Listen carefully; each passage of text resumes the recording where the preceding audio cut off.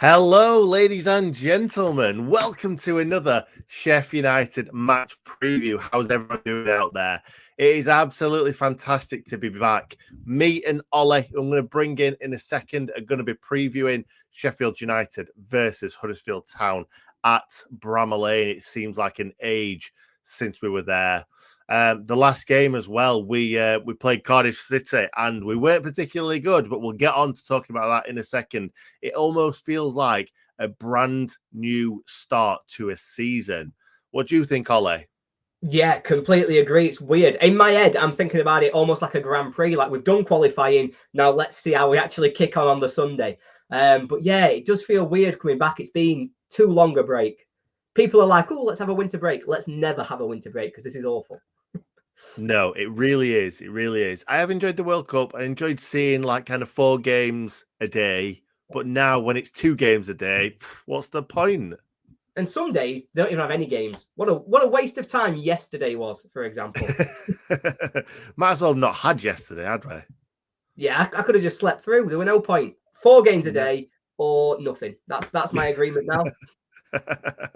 Exactly right. Let's get into talking about Sheffield United versus Huddersfield Town. I'll talk about that very, very exciting Cardiff City match right now. I'll make myself bigger.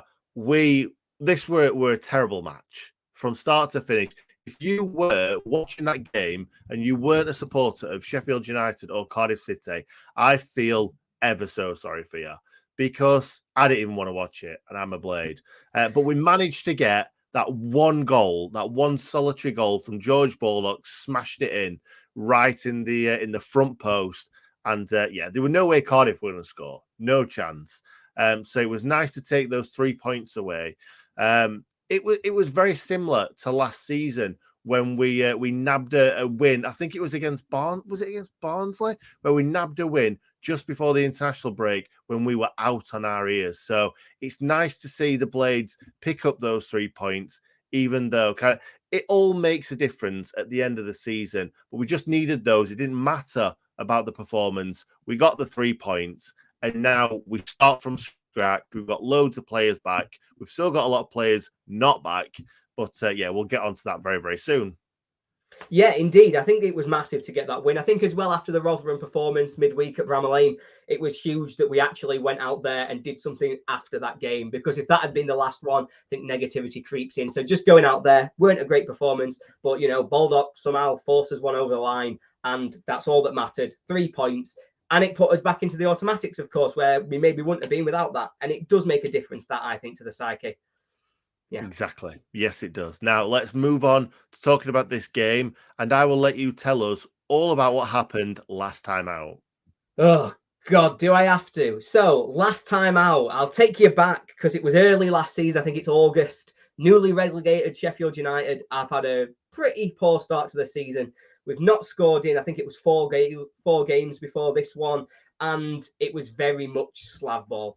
And I think we were only just getting used to what that meant. This was one of those games where United had all the ball. We never created any chances.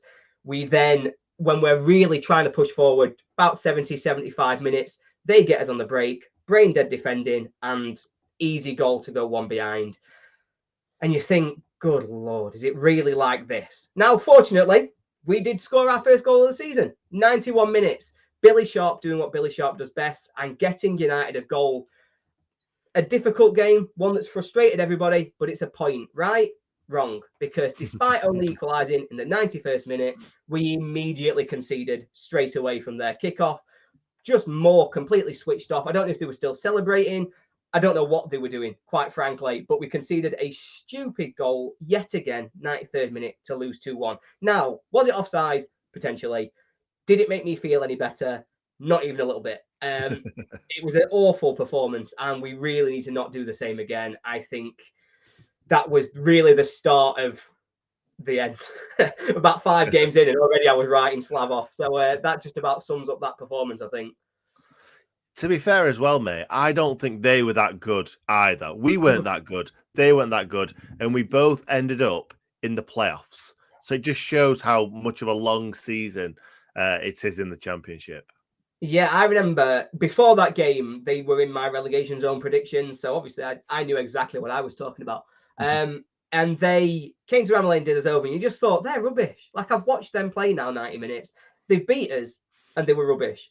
But it just shows the power of momentum as well. 'Cause I think that game was sort of the start of a really good run for them as well, which really pushed them to the top. And I think that momentum made them a better team than maybe they were at that point. Yeah, I think you're absolutely right there, mate. And hopefully, we're going to do tomorrow what we didn't do at all last season, and that is beat Huddersfield Town. Anyway, I'm going to start talking about team news because I need to get my phone out for this one. Because whilst I was watching Brazil lose on penalties, by the way, fantastic. All the dancing that they did in the last game. Oh, God, I'm such a dad. I'm such a dad. All the It dancing that they weren't were your best, doing, that. and then they Someone went clip it. and they went and lost on penalties. Absolutely fantastic. But whilst I was doing that, I was writing down the team news because I'm going to read it out to you now like this. Plays that won't feature: Jack O'Connell, George Baldock. This is from me. Most of this is from what I think, from what I've seen in the news, from what Hickey said and things like that. Some things are absolutely nailed on because Hickey said them, or we think they are nailed on. We know what Hickey is like sometimes in these pressers. So this is what I've taken from news over the last few days. So Jack O'Connell, obviously, George Baldock, Reece Davis, John Fleck, Rhian Brewster, Daniel Jefferson, all won't feature for me in this game. Jebo getting close. George Baldock also looking like he's in the gym too. The rest of them, I don't think they're anywhere near right now. Probably won't start is my next category, and that is Ollie McBurney, Jack Robinson, and you'll see in a second why this is crazy that I've put him in here. Sander Berge. I don't think Sander Berge starts in this game. Yeah, you'll see my predicted 11 in a second. And now back from injury that could feature, we've got Max Lowe, we've got Tommy Doyle, we've got Jaden Bogle, we've got Kieran Clark. There might be a couple more on there, but that's what I am saying. Right, let's run straight in to my predicted team. Now, this is not my predicted team. I must stress this right now. The reason why I changed my team at the last second was because I knew I would get dogs abuse on this video and also on Twitter if I didn't put certain players in. Now, I don't think this is my predicted 11. This is the team that I would play if every player that we think is fit will play, if you know what I mean. So Sander Berge, for me, I don't think will be risked in this game, even though he is potentially back. Max Lowe, I think we've got so many left wing backs that there's no real point in risking Max Lowe straight away unless he's 100% fit. So I would probably go Andy Stevens in there. I would have put Jack Robinson in there, but Jack Robinson is still injured apparently. So Kieran Clark goes in at left centre back unless they want to play Bash there, but that's square pegs in round holes. Would rather not do that. Enel is back. You heard it here. You heard it here first on this channel before you heard it anywhere else. Enel is back from his illness. He's fighting fit. He's feeling good. If you haven't seen that interview with him, make sure you do. It's a couple of videos ago. Jaden Bogle, right wing back. If George Baldock was fit, I would not be playing Jaden Bogle, but he isn't. So I think Jaden will be risked in this game. Tommy Doyle also back from injury, which is great to see too. I think Billy Sharp has to start. I think a lot of people have written off Billy Sharp already. I think he has to start because we have nobody else. Ollie McBurney may make the bench, but I certainly wouldn't risk him. And finally, Ile, back from the World Cup. I think he may start in this game because I think we either need Sander Berge or Iliman Ndiaye to start in this game. I don't think it'll be both. I hope it's not neither. But we will see. There's James McAtee. There's also Rida Kadra as well. Who'd have thought halfway through the season, we are talking about all these players coming back from injury and stuff, and not even mentioning Rida Kadra for a second because we all thought he was going to be an absolute star for the Blades, but he's almost a forgotten man at the moment, isn't he, Ollie? Yeah, it's bizarre, really, because obviously he came in with so much hype, so much excitement. I think everybody was really thinking, oh my God, we've got some pace, we've got a player here, and we're really looking forward to seeing him get let loose. it's not worked, and it's obviously clearly not worked out in that first half of the season. But I like to think we can still see the most out of him. I personally, in sort of my predicted team, would have Rida Kadra in for this week. I don't think we can expect both Ile and Sand to start. I think it'll be one or the other.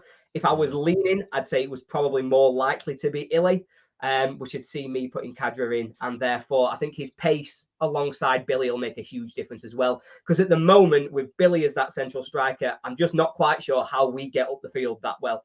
So, yeah, I'd like to see some pace in there. And that's where I think Kadra could really bring something to that squad. Yeah. Good shout. I hope it's not neither. I hope it's not neither, because if we end up playing without Sander or Ile, I fear for the worst. Anyway, let's move on to talk about Huddersfield. So if you're a Blades fan, you may want to just skip this bit, but go for it, Ole. Let everybody know the Huddersfield team. Yeah, cheers, Nick. Yeah, don't worry, guys. If you're going to skip this one, I'll just not bother. So I've done my own research on this one. Normally, I try and find a contact who I can have a conversation with, get a little bit of an update, so I'm a bit more well-informed. But unfortunately, wasn't able to get in touch with anybody this time out. So this is based on my own kind of reading around their team news, doing a little bit of research and seeing where they're at. Now, what I did find is in their last 3 games, they've played 3 different formations. So it's hard to really know exactly which one they're going to go with. So for my prediction, I think they're going to keep to the one that they used in their last game, a very creditable 0-0 draw with Swansea. So I think they'll line up something like Luke Nichols in goal, who's obviously very clearly their first choice goalkeeper. I expect it to be Tom Lees and Michael Hellick as 2 of the centre halves. The other one is slightly harder to predict. They seem to change a little bit. I'm expecting Will Boyle to be the starter there, but it could be Luke Mbete Tabu, who played in their last game.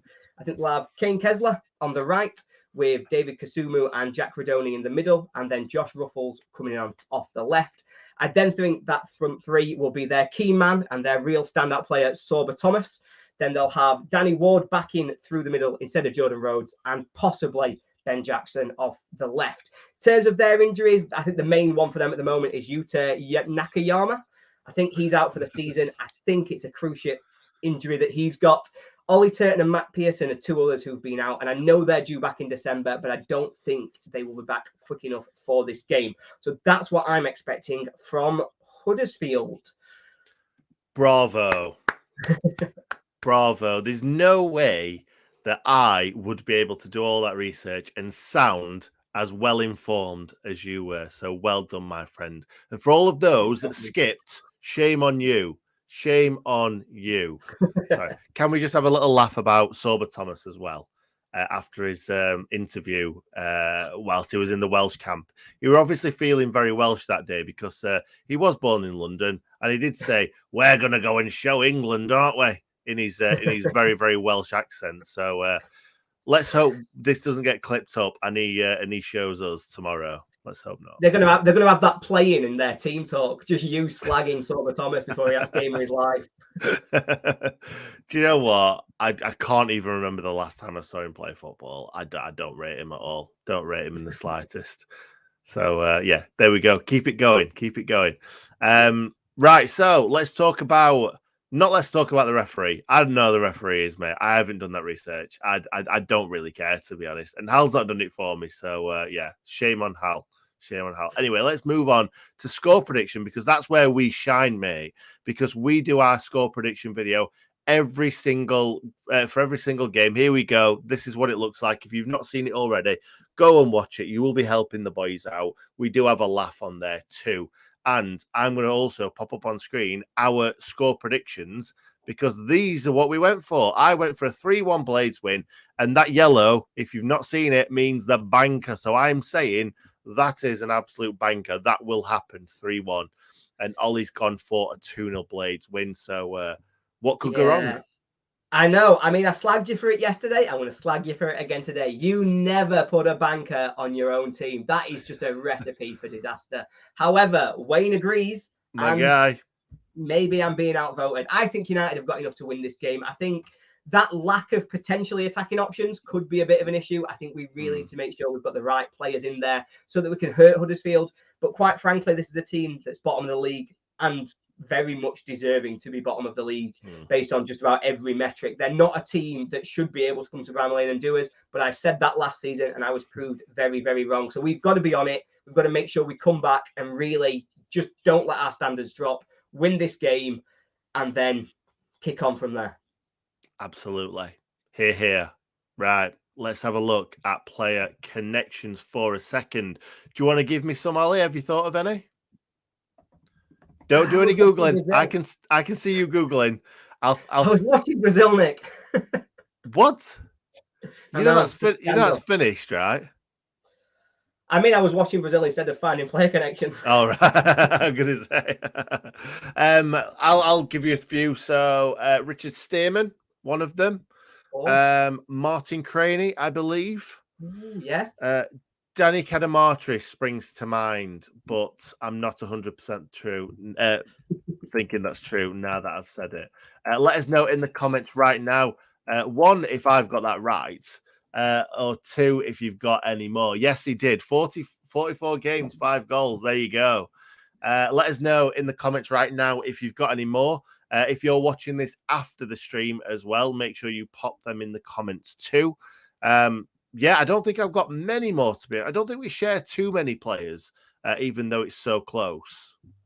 No, I don't either. There was none that were immediately coming to my mind, to be honest.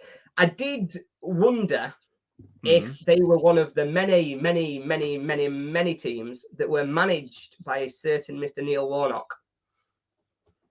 Ooh, a long time ago. A long time ago, before United, I think. Ooh, fair point. I'll let you do the research on that. Yeah, I think that is true. I think also John Stead might have played for him as well, but I'll let everybody else in the comments give us yours. Yes, I think we're about done, mate. That was not as painful as I thought it was going to be. It's so difficult to do live streams when you've not done them for such a long time. It's hard to get back into the swing. It is. It's very hard to get straight back into the swing. But that's 2 in the bank. You know, we had the prediction video yesterday, which I think went really well. We've done this one today. I've Googled it and I was right about Warnock, so I've not disgraced myself.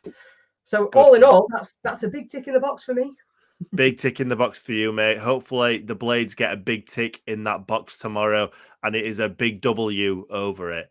Thank you very much for watching, and we will see you for a match reaction tomorrow. But also, just before that, at 2:30, we have a watch-along with Chad from the Red Half of Sheffield and Robert, our Fans React legend. Thanks for watching. See you next time.